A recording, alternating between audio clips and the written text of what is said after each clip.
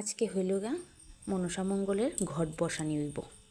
তো এর আগের ব্লকেতে কইছিলাম যে গ্যাস এবার আমরা হুটহাট করে বই লইছি, লয়ে সেটা মানে সেইভাবে কোনো নিয়ম করতে পারছি না। তো এবার আমরা নতুন বইও কিনে আনা হয়েছে, আইনা একদম পুরা নিয়ম অনুসারে সুন্দর করে আমরা এবার মনসা মঙ্গলের বইটা লইতাছি। তো ঠাকুর মশাই আয়া পড়ছে এখানে।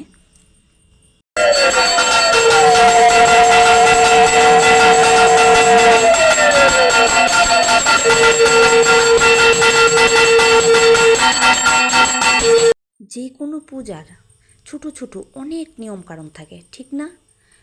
আমরা মনে করছি মনসামঙ্গল বইটা যেহেতু লইতাছি একটা ঘট বসাইলে বুঝি হয়ে যাইব গা, কিন্তু না, ঠাকুর মশাই অনেক ছোট ছোট নিয়ম কারণ আমরারে কইয়া দিছে। কারণ যেহেতু তো আমরা এবার যে বই পড়ছি, আমরা তো এত কোনো নিয়ম করছি না, এবার তো নতুন বইও লওয়া হয়েছে। তো ঠাকুর মশাই অনেক কিছু নিয়ম কারণ কইয়া দিছে। তো দেখলাম যে না, আমরা তো এবার অনেক কিছুই নিয়ম করছি না। তো এবার ঠাকুর মশাই যেভাবে আমরারে কইছে ঠিক তেভাবেই আমরা সমস্ত নিয়ম কারণ পালন করতেছি। বা আগামী দিনও চেষ্টা করুম যে ঠাকুর মশাই যেভাবে কয় সেভাবেই পূজার নিয়মটা কানুনটাও আমরা সেভাবেই করুম।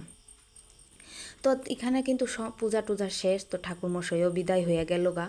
তখনে মনসামঙ্গল বইটারে সবাই ধান ধুব্বা সিঁদুর দিয়া প্রণাম কইরা তারপরে আমরা বাকি কাজ আমরা করুম আর কি।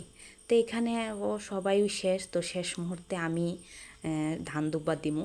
তো আচ্ছা, তোমরা অবশ্যই আমারে জানাইবা আমরা যেভাবে আজকে পূজার নিয়ম কারণটা করছি, বা মানে যেভাবে মানে দেখাইছি, তোমরা যতটুকু সম্ভব হয়েছে আমি অতটুকু দেখাইছি। তো তোমরাও কি এভাবেই কি মনসামঙ্গলের বইয়ের পূজা কইরা তারপরে বইটা লওনি?